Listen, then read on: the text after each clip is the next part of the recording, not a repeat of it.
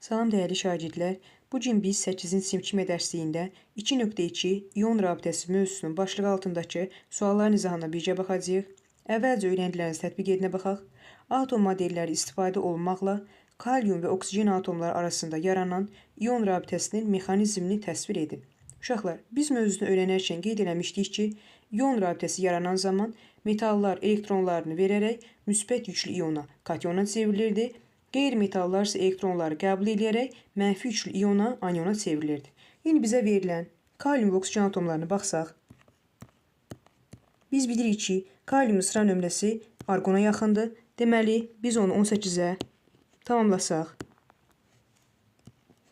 İonun yükünü müəyyən edəndə proton çıxılsın elektrondan istifadə edirdik. 19-dan da 18-i çıxsa, ionumuzun yükü nə olacaq uşaqlar? Müsbət 1 olacaq. Neynədir? Arqona tamamladıq, ionun yükü 1 vayt artdı. Biz də bilirik ki, ionun yükü 1 vayt artırsa, elektron sayı neynəyəcək? 1 vahid azalacaq.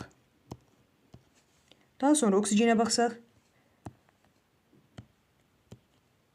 Oksigen isə özünü neynir uşaqlar? Neona tamamlayır. Neona tamamlanması üçün ionun yükünü tapanda proton çıxılsın elektron 8-dən də 10 çıxsa, ionumuzun yükü olacaq nə? Mənfi 2. İonun yükü 2 vahid azaldığına görə elektron sayıda neynəyəcək? 2 vahid artacaq. İndi bu atomlar arasında yaranan ion rabitəsi mexanizmini təsvir etməyimizi istəyir. Uşaqlar, deməli biz nə gördük? Görürük ki, kalium özü müsbət yüklü iona kationa çevrildi. Oksigen isə mənfi yüklü iona, yəni aniona çevrildi. Biz mövzunu keçərkən qeyd elədik ki, əkobda tapa bilərik və yaxud da çarpazlama şərtindən istifadə edə bilirik. Çarpazlama şərtindən istifadə eləsək, oksigenin ikisi gəlib düşəcək kaliumun ayağına, kaliumun biri isə gəlib düşəcək oksigenin ayağına, yəni bizim formulumuz kalium 2O şəklində olacaq. İndi bizdən bunun həmçinin mexanizmini də istəyir uşaqlar. Mexanizmini indi gəlin yazaq. Baxın, kalium neynədir? 19 idi, müsbət 1 oldu və elektron sayı oldu 18. Oksigen isə nə idi uşaqlar? Baxın, 8 idi, ionun yükü mənfi 2 oldu və elektronu oldu 10. İndi biz bunun mexanizmini qursaq, gəlin fərqli yerinə yazaq. 18-in elektron formulu yazsam, 1s2, 1s2, 2s2, 2p6, 3s2 və 3p6 şəklində olar. Düzdürmü? Həmçinin oksigen üçün də yazsam 1s2, 2s2 və 2p6 olar. İndi gəlin mexanizmi yazaq. Kalium üçün yazsaq, elektron konfigurasiyalarını yazanda biraz yaxşı yazmayacaq. Bir də bu kalium üçün, bir dənə də oksigen üçün yazacağıq. Gəlin indi fərqli rənglə göstərim. Baxın, birinci energetik təbəqədə 2 elektron qeyd elədik. İkincidə 8, 1, 2, 3, 4, 5, 6, 7 və 8.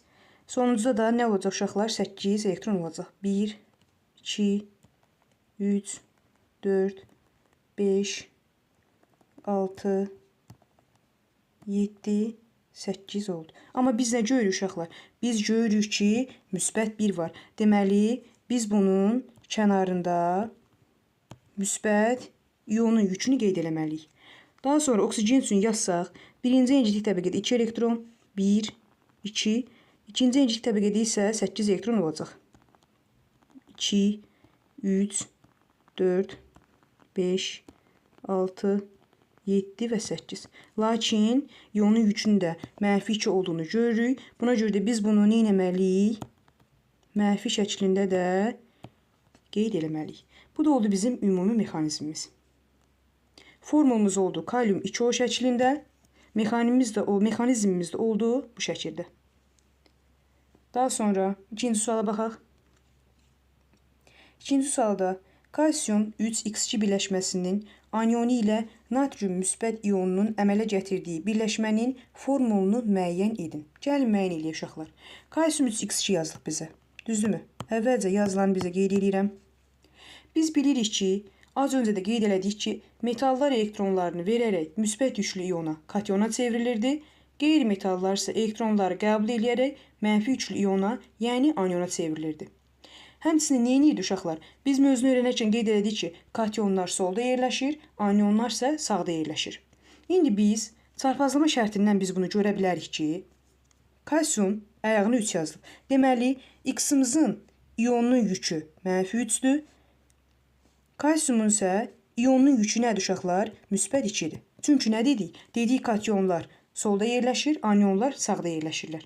Həmçinin metallar özü nə idi uşaqlar? Elektron verib müsbət yüklü iona, yəni katyona çevrilirdi. Deməli, kalsiumun ionunun yükü müsbət 2-dir, X-in ionunun yükü isə nə olacaq? Mənfi 3 olacaq. Deməli, biz buradan da müəyyən elədik ki, kalsiumumuz oldu katyon, X-imiz də oldu nə uşaqlar? Anion. Düzdürmü? İndi deyir ki, bizə bu birləşmənin anionu ilə natrium müsbət ionunun əmələ gətirdiyi birləşmənin formulunu müəyyən edin. Gəlin müəyyən eləyək. Deməli, biz dedik katyonu solda yazırıq. Deməli, natrium yazdım solda, X-i də yazdım, yəni anionu da yazdım sağda. İndi bizə natrium müsbət 1 veribdir. X-i də müəyyən elədik ki, ionun yükü mənfi 3-dür. Çarpazlama şərtindən də istifadə edib biz bunu yaza bilirik. Əkop taparaq da bunu yaza bilirik. Çarpazlama şərtindən istifadə edib yazsaq, bu 3 gəlib düşəcək natriumun ayağına, bu 1 də gəlib düşəcək X-in ayağına. Yəni bizim formulumuz olacaq natrium 3 X şəklində. Və yaxud da əkobu tapanda 3 ilə 1-in əkobu 3 idi. 3 olduğuna görə 3-ü gətirib böldüm 1-ə, yenə natriumun ayağına 3 yazdım. Və yaxud da 3-ü də gətirdim 3-ə böldüm, X-in də ayağına 1 yazdım. Yəni elə də tapa bilərsiniz uşaqlar, belə də tapa bilərsiniz. Amma çarpazlama şərtindən istifadə edərək tapmaq daha asan olur. Öyrəndilərinizi yoxlayana baxaq. İon rabitəsi nədir və necə yaranır? Mövzunu keçərkən qeyd elədik ki, elektrostatik cazibə qüvvəsinin təsiri ilə katyon və anionlar arasında yaranan kimyəvi rabitəyə ion rabitəsi deyirdik. Yəni, müsbət yüklü ilə mənfi yüklü hissəciklər bir-birini cəzb edirdi, ion rabitəsi yaradırdı. Sadəcə qaydanı bunu yazsaz bəs eləyir. Daha sonra ikinci suala baxaq. A və B elementləri metal yazaq. A və B metaldır. Metal. X, Y isə nədir uşaqlar? Qeyri-metaldır. Qeyri-metal. Aha. İndi bizə nə deyir? Hansı element atomlar arasında ion rabitəsi əmələ gələ bilər? Uşaqlar, ion rabitəsi nə dedik? Dedik ki, metal və qeyri-metal atomlar arasında yarana bilirlər. Yəni, tutaq ki, A metaldır, B metaldır. Düzdürmü uşaqlar? Sizcə A ilə B arasında ion rabitəsi yarana bilərmi? Xeyr. Metal-metal birləşmələri demək olar ki, orta məktəbdə keçilmir uşaqlar. Zaten metal-metal birləşməsi heç vaxt ion rabitəsi yarada bilməz. Biz metal, qeyri-metal birləşməsi keçirik, bir də qeyri-metal birləşmələr keçirik.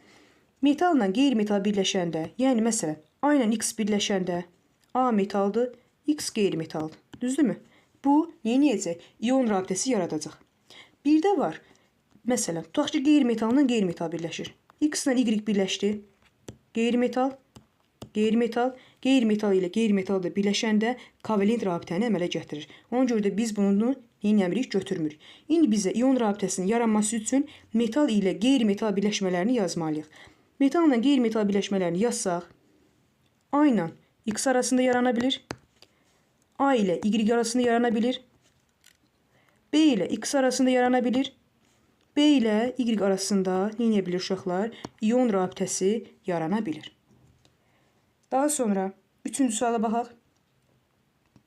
Cədvəl dəftərinizə köçürün və iki elementin əmələ gətirdiyi ion rabitəli birləşmənin formulunu tərtib edilməsi qaydasından istifadə edərək maddələrin formulunu xanalara yazın. Gəlin yazaq uşaqlar. Bizə katyon, bir də anion verib. Biz dedik ki, katyon solda yerləşir, anion isə neynir? Sağda yerləşir. İndi gəlin yazsaq. Natrium verib bizə. Katyonu yazdım, xlor verib. İonun yükü mənfi 1, müsbət 1. Ən asan üsul çarpazlama şərtindən istifadə etməkdir uşaqlar. Bunları çarpaz şəkildə yazsaq, bu 1 olur, bu da 1 olur. Deməli, bizim formumuz nə olacaq? Natrium xlor olacaq. Buraya yazdım natrium xlor. Daha sonra natriumla kükürdə baxaq. S mənfi 2 verib, natriuma müsbət 1 verib. Əkop tapıb da yaza bilərsiniz uşaqlar. Bunun əkobu 2-dir. 2-ni bölürəm 1-ə, yazıram 2. Gəlin birini də elə yazdım. 2-ni də böldüm. 2-yə yazdım 1. Natrium 2S. Və yaxud da çarpazlama şərtindən istifadə elədim. 2 gəldi düşdü bura. 1 gəldi düşdü bura. Buradan da oldu natrium 2S. Daha sonra azotla birləşməsini yazaq. Natrium N. -3, -1. Çarpazlama şərtindən istifadə elədim. Natrium 3N oldu. Natrium 3N oldu. Daha sonra ikinci cədvələ baxaq. Bizə verib nə? Magnezium. Xlorla verib. -1. Bu isə -2. Çarpazlama şərtindən istifadə elədik. 1 gəldi düşdü bura. 2 gəldi düşdü bura. Alındı magnezium xlor 2. Düzdürmü? Magnezium xlor 2. Daha sonra kükürt nə yazıram? Magnezium və kükürtdür. Magnezium -2. Kükürt -2. İkilər yenə bir-birlərinin ayağına düşsə də uşaqlar magnezium 2S2 olur. İkilər də ixtisar getsə alınar magnezium S. Düzdürmü? Artıq bura yazmıram uşaqlar. Daha sonra azotla birləşməsinə baxıram. Magnezium N. Magnezium -2. N -3. Çarpazlama şərtindən istifadə eləsəm 3 gəldi düşdü bura. 2 gəldi düşdü bura. Alındı magnezium 3N2. Daha sonra sonuncu hissəyə də baxaq. Alüminium verib. Xlorla verib. Xlor -1. Alüminium -3. Yenə gəlin bunu istəyirsiniz əkobla eləyək. Əkob oldu 3. 3'ü böldüm 3'e. Yazdım alüminiumun əmsalına 1. 3'ü böldüm 1'e. Xlorun əmsalına yazdım 3. Aldım alüminium xlor 3. Gəlin alüminiumla kükürdü birləşdirək. Alüminium -3, kükürt -2. Çarpazlama şərtindən alüminium 2S3 olur. Aldım alüminium 2S3. Sonuncunu da yazsaq. Alüminium -3, azot -3. 3 gəldi bir-birinə düşdü. 3'lər də ixtisar getsə uşaqlar alınar alüminium N şəklində. Bu qədər. Ümid edirəm ki, izahım aydın oldu uşaqlar. İzahımız bu qədər idi. Kanala dəstək olmaq üçün abunə olub, rəy yazıb videonu bəyənə bilərsiniz. Gələcək mövzuların izahında görüşənə qədər.